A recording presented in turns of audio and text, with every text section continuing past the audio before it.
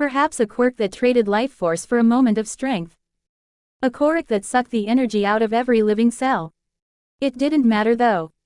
I made another hand sign with my 2 lower arms. The world became frozen and gray as a slash flew at All for One and his monstrous body. Imagine a drawing of someone on a piece of paper. Now imagine it being redrawn to show that it had been cut. That was how normal slashes work, all in the confines of the world and its law. Now take the same paper with the drawing and tear the paper to signify the cut. It was outside the laws of that universe itself. That was how the world cutting slash worked. It was even beyond the 3rd dimension in which we live. The frozen world was sliced in the middle and then buckled in on itself. Colors turned, and when it did, my slash had cut everything in front of me. The attack bypassed all of the resistance in the world. All for One's body was bisected in half. The cut was so unbelievably clean that he felt virtually no pain. I smirked before I spammed the world-cutting slash at him to turn him into mincemeat. Like I said, there was no resistance. No other cut would have felt easier, not even a hot razor on butter. I did not have to make a vow to include a chant like Sukuna in JJK in his fight against Gojo, so I used the world-cutting slash with even more ease. I sent 1 slash at All Might for shits and giggles, cleanly slicing off his feet at the knee. He was not my main target and I won't go out of my way to kill him, but he still pissed me off for siding with All for One of all people to kill me. By the end, there was nothing in the 200-meter radius, All had been sliced up into nothing. All for One was pieces of flesh on the sunken floor, barely pulsing with life. It wasn't necessary anymore, but I pulled back my arm like I was holding an invisible bow and arrow. Fire materialized, the weapon of my imagination. A flame shaped like a bow and arrow. It was an overkill. But let this signify my overwhelming hatred for the man who took everything from me. Open. Cursed energy turned into flames. The searing heat that radiated from me was enough to liquefy the earth into lava in an instant. The surrounding objects melted, and steel was like ice. The sheer intensity of the flames was enough to make space flicker. Oxygen burned away, suffocating the people inside the domain. And finally, I let go of the arrow and directed the flames to All for One. He had no chance to scream before he was incinerated by the blazing tornado that appeared at the heart of my domain. My technique had cut everything, and the unfortunate remain now burned to ash, completely erased from existence. You wouldn't realize it until you stood before an inferno, but fire had a sound. And that heavy vibration pressed everything else as the most violent element went wild upon the world. I basked in my revenge. I was right. In the end, nothing could stop me. First Pav. The city of Yokohama reflected the feeling in my heart. Empty. The destruction spread across the whole city and everything was in ruin. In the heart of the city, there was a 200-meter radius crater and everything there was obliterated until only ash remained. I gazed at the sunken crater and at the scorched earth. What they said was true. After revenge, after that small climax where I felt the greatest satisfaction in the world, there was nothing else. It was like sex without love. It was hollow and the pleasure was short-lived. Life became meaningless after the satisfaction. A grave question came into mind. What next? Fuck, I had nothing. Revenge was the only thing I had, and now that it was over, I truly had nothing. I just awkwardly rubbed my cheek and looked around at my surroundings. Aimed at the chartered earth, I saw a pile of ash. No, not a pile of ash, but a charred body. All for One's body was completely reduced to dust as he was my target, but All Might's body still remained even though he had burned from the aftermath. He didn't even have skin anymore. He was truly just a charred human with boiling organs inside. But surprisingly, he was still alive. A spark of yellow electricity screamed in his body. He should be died from my last attack. The only reason he kept on living was due to the overpowered quirk. Since it had not been passed on yet, the quirk One for All was keeping All Might alive.